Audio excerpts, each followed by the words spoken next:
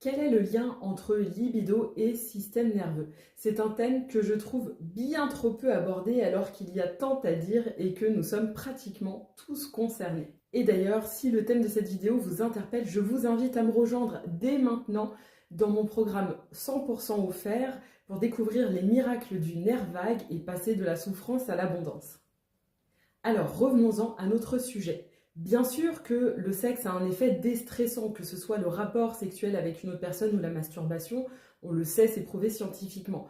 Mais pour ça, encore faut-il qu'il y ait du désir. Or, si notre système nerveux est dérégulé, il y a de fortes chances que cela impacte notre libido.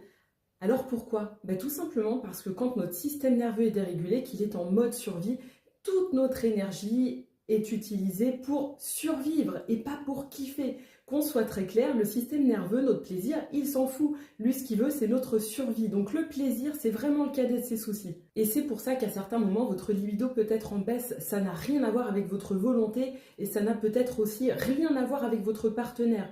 C'est juste biologique, c'est juste physiologique. Car nous allons alors nous mettre à produire des substances liées à notre état de survie, soit des substances liées à une activation sympathique, c'est-à-dire le mode stress, soit d'autres substances plutôt liées à une activation parasympathique dorsale, qui vont se refléter par des états plutôt dépressifs, de repli, de fatigue, etc. Ce sont les deux états de survie.